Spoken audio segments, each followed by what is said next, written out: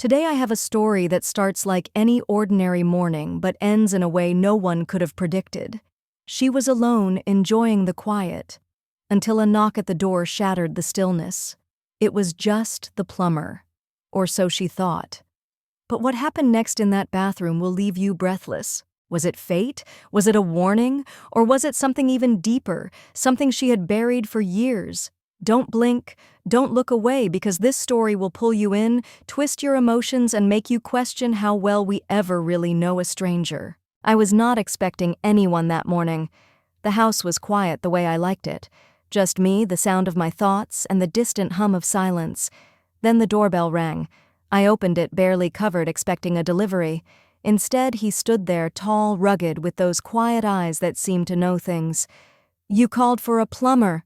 he asked, and I remembered I had days ago. I should have shut the door. I should have excused myself, but something in the way he looked at me. I stepped aside and let him in, and everything changed. I had never paid much attention to the plumbing in my house. That was something my husband used to handle before we divorced 3 years ago. Since then, I had learned to manage on my own. I fixed things when I could, called for help when I could not. But something about calling a stranger into my space still made me uncomfortable. I was used to silence order routine. My days were predictable. Coffee at 7:00, emails by 9:00, yoga at noon. I liked my solitude. It made me feel safe in control. But that morning, the control I loved so much had slipped away. The pipes in the guest bathroom had been making strange noises for days. And then, as if rebelling against my neglect, the faucet began to leak uncontrollably. I stood barefoot in a puddle on the tiled floor, sighing at the mess, holding my robe tightly around me as I tried to mop up the water with towels that were no match for the steady drip. I made the call. The woman at the plumbing service said someone could be there within the hour. I thanked her and quickly tried to make myself and the house presentable, not because I was trying to impress anyone, but because that was who I was. I did not like appearing unprepared, vulnerable. I cleaned up the kitchen, put on a fresh robe, combed my hair, and touched up the lipstick I usually wore for myself. It gave me a sense of formality, a boundary, a small armor of control. When the doorbell rang, I felt a jolt. Not fear exactly, but a reminder that someone unfamiliar was about to enter my carefully constructed world. I opened the door, and there he was. He was younger than I expected, late 20s, maybe early 30s, broad shoulders under a fitted gray t-shirt, dark eyes that were polite but alert. There was a confidence in the way he stood, but not arrogance. He offered a warm, professional smile. "Hi, ma'am. You called about the leak." "Yes, the guest bathroom. It is in the back. Please come in." He stepped inside and I stepped aside. I noticed the way he scanned the room. Not in a judgmental way, but like someone taking mental notes. Like someone who had been in many different kinds of homes and knew how to read a space. It started leaking last night, but this morning it was everywhere, I said, leading him down the hall. "No problem. I will take a look," he replied, walking behind me. When we reached the bathroom, he crouched beside the sink and began inspecting the pipes. I stood in the doorway, arms folded, watching him work. He moved with ease, with focus. There was something oddly calming about the sound of his tools clinking softly against the porcelain. He did not make small talk, and I appreciated that, but there was an awareness between us. I felt it growing. I tried to distract myself by straightening the towels and wiping the mirror, but my eyes kept drifting back to him, to the way his forearms flexed as he worked, to the concentration on his face. "You live alone?" he asked, suddenly, not looking up. His tone was casual, but the question felt like it carried weight. "I do," I answered, my voice quieter than I intended. He nodded once, then returned to tightening something under the sink. "I have been in this neighborhood a lot lately. These old pipes, they start to give up after 20-30 years. So you are used to seeing disasters like this?" I asked with a faint smile. He chuckled. "Worse, actually, but this is not so bad. You caught it early." He stood up, then wiping his hands on a cloth. "I will need about 15-20 minutes to fix it. I just have to grab a part from my truck." I nodded, and he left briefly. I walked back into the bathroom and stared at myself in the mirror. There was a strange tightness in my chest. It was not anxiety. It was something else aflutter. I told myself it was nothing, just a reaction to having someone else in the house after so long. But when he returned and our eyes met again, something unspoken passed between us. He knelt again, getting back to work, and I found myself standing closer this time, not too close, just enough to notice the warmth of his skin, the scent of soap and sweat. "You seem very good at what you do," I said quietly. He glanced up. "Thank you. I try." And then there was a pause, a long, slow silence that filled the small room like steam. I could feel my pulse in my neck. I could feel the room shift. I had invited him in to fix a leak, but something else was slipping through the cracks, something I had not expected, something I was not sure I was ready for. But it was there, between the sound of dripping water, the quiet of my home, and the subtle electric pull of his presence. I remember the moment so vividly. It felt like everything else faded, like the walls of the bathroom melted away, and all that was left was the soft hum of my breath in his quiet, heavy silence. The sound of the water dripping from the sink had become a rhythm between us. Unspoken tension filled the air like steam fogging the mirror. He did not rush. In fact, it was quite the opposite. His movements were slow, almost cautious, like he was waiting for a sign from me. But what was I supposed to do? I was standing there in my robe, my hair loose over my shoulders, my cheeks flushed from something I did not quite understand. I did not know how we ended up there at that edge, but I did not want to step back from it either. He turned off the wrench, setting it down beside the sink with a metallic clink. Then he stood up, his broad figure now directly in front of me. He was close enough that I could smell the scent of soap mixed with something darker, like warm cedar wood and sweat. His eyes held mine. They were not hungry. They were not desperate. They were simply searching. "Are you all right?" he asked, his voice low, almost growly. I nodded. Yes, but that single word carried so many other meanings.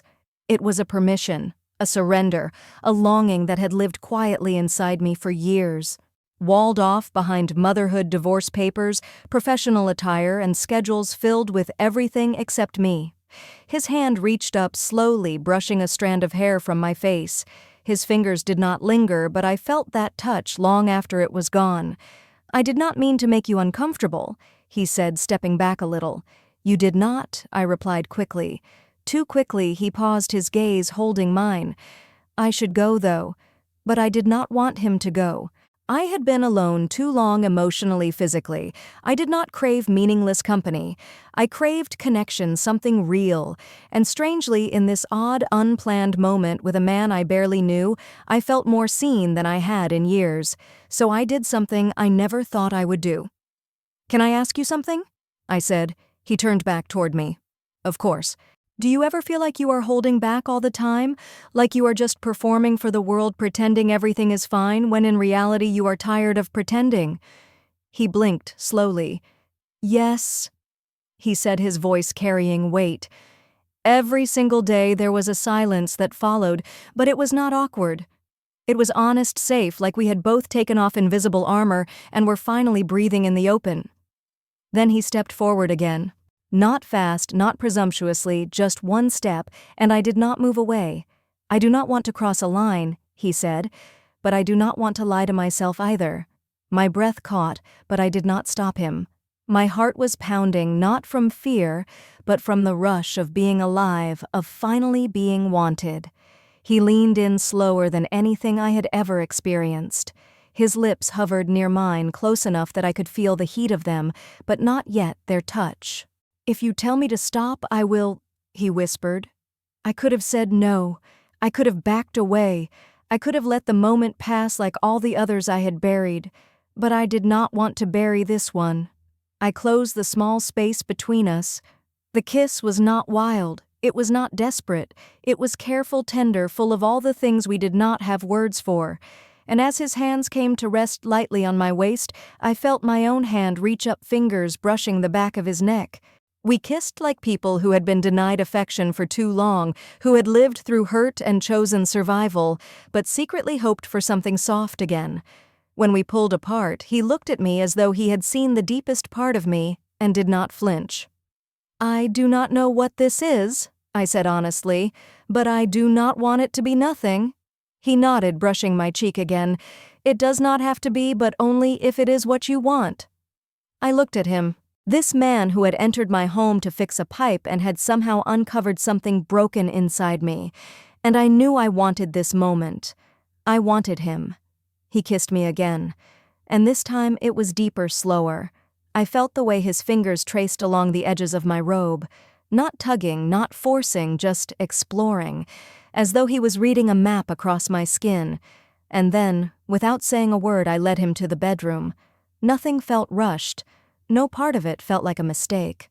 It was quiet and respectful, laced with stolen glances and whispered breaths. He kissed the space just beneath my jawline like it was sacred. His hands moved over me like they were learning the language of my body.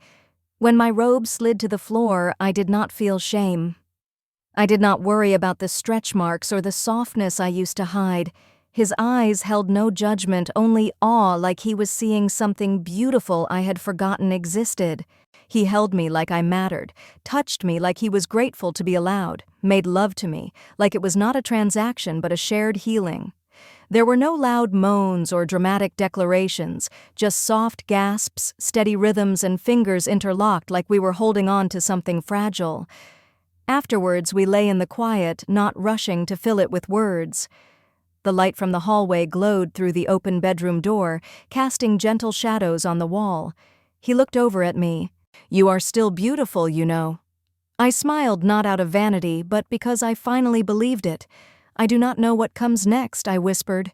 He kissed my forehead. "Then let us not worry about next. Let us just stay here for a little while." And for the first time in a very long time, I allowed myself to just be in the arms of someone who saw me, touched me, and reminded me that even after 40, even after heartbreak, I was still worthy of desire, still capable of beginning again. The morning light crept slowly through the window blinds, brushing soft gold against the walls. I lay there in bed beside him, wide awake, my eyes fixed on the ceiling. His arm was still resting around my waist, warm and steady. His breath was even calm. He looked peaceful in sleep, like a man untouched by the storm I now felt brewing inside me. Something had shifted undeniably, irreversibly. The night had not been just about bodies. It had been about being seen, touched, held in a way I had not known I needed. And now, with the soft hum of morning around us, I was unsure what came next. The silence between us was no longer sensual. It had become something deeper and heavier.